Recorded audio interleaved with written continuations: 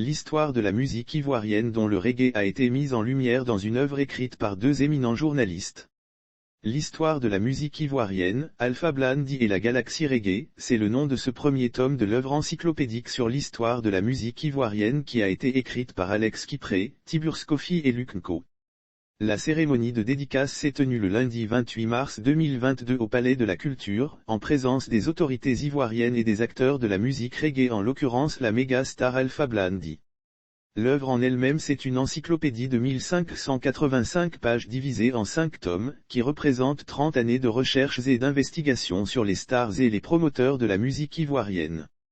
Préfacé par l'ex-ministre Maurice Bandaman, il ne s'agit pas d'un ouvrage sur Alpha mais d'une lecture de la carte musicale du reggae en Côte d'Ivoire que cet artiste de talent mondialement connu domine par la qualité de sa production, explique Kofi Michel, le critique littéraire qui a profité pour raconter les circonstances d'écriture de ce trésor culturel.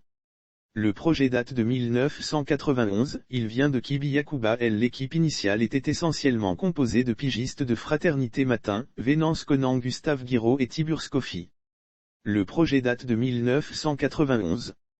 Il vient de Kibi Yakuba, alors directeur général de Fretma et Ivoire Soir, c'est lui qui sur suggestion d'Ibrahim Sissavan, journaliste à Fraternité Matin, ancien ministre de la Communication, a confié aux pigistes de la boîte la tâche de rédaction d'un agenda de la musique ivoirienne. Tiburce Kofi devait se charger de la direction.